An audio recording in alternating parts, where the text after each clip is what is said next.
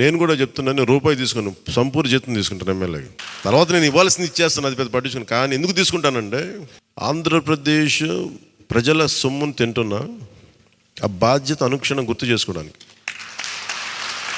ప్రతి రూపాయికి రేపు పొద్దున నన్ను ప్రజలు చొక్కా పట్టుకుని నిలదీయాలి, అందుకని తీసుకుంటున్నాను. నీకు డబ్బులు ఇచ్చావరా మా ట్యాక్స్ పెయిడ్ మనీతోటి, నువ్వు ఎందుకు పని చేయట్లేదు అని ప్రజలకు హక్కు ఉండాలట్టడానికి కోసం నేను డబ్బు తీసుకుంటాను. ఎమ్మెల్యేగా జీతం తీసుకుంటాను. చాలా కాలం అనుకున్నాను, ఎప్పుడైనా భవిష్యత్తులో ఎప్పుడు ఎమ్మెల్యే అయితే తీసుకుంటానా లేదా అని అనుకున్నాను. నాకు రూపాయి జీతం తీసుకుంటానని అలా కాకుండా నేను సంపూర్ణ జీతం తీసుకున్నాను. కానీ ఇవ్వడం కూడా దానికి కొన్ని వెయ్యింతలు ఇచ్చేస్తాను బయటికి, అది వేరే విషయం, అది కూడా చెప్తాను.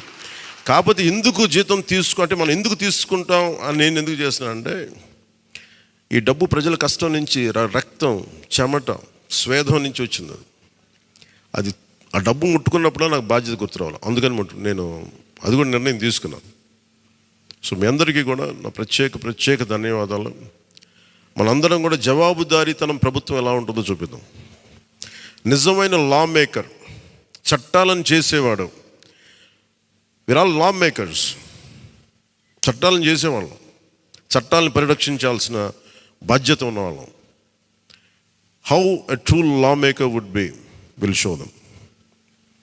బలమైన వ్యవస్థను నడిపే వాళ్ళు ఎలా ఉంటారు, భవిష్యత్తులో పొలిటికల్ లీడర్ అవ్వాలంటే చాలా ఇన్స్పిరేషన్ ఇవ్వాలి. మీ అందరినీ ఆ ఇన్స్పిరేషన్ కోరుకున్నాను, మీ ప్రతి ఒక్కరి దగ్గర నుంచి.